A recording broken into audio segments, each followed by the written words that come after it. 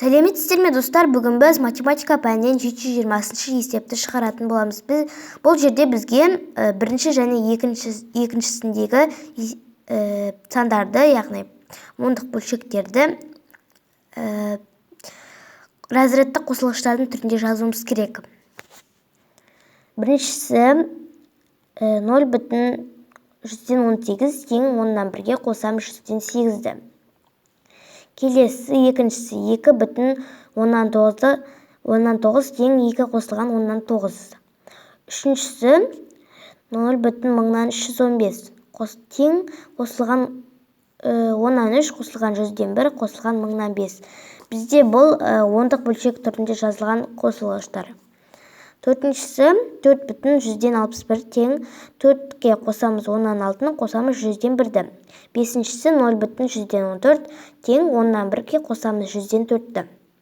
Алтыншысы 8,731 тең болады 8 қосылған 10-7 қосылған 100-3 қосылған 1000-1. Жетіншісі 0,222 10-2 қосылған 100-2 қосылған 1000-2. Келесі 8-шісі 6,144 6 қосылған 10-4 қосылған 100-4. Тоғызыншысы 0,10 мыңнан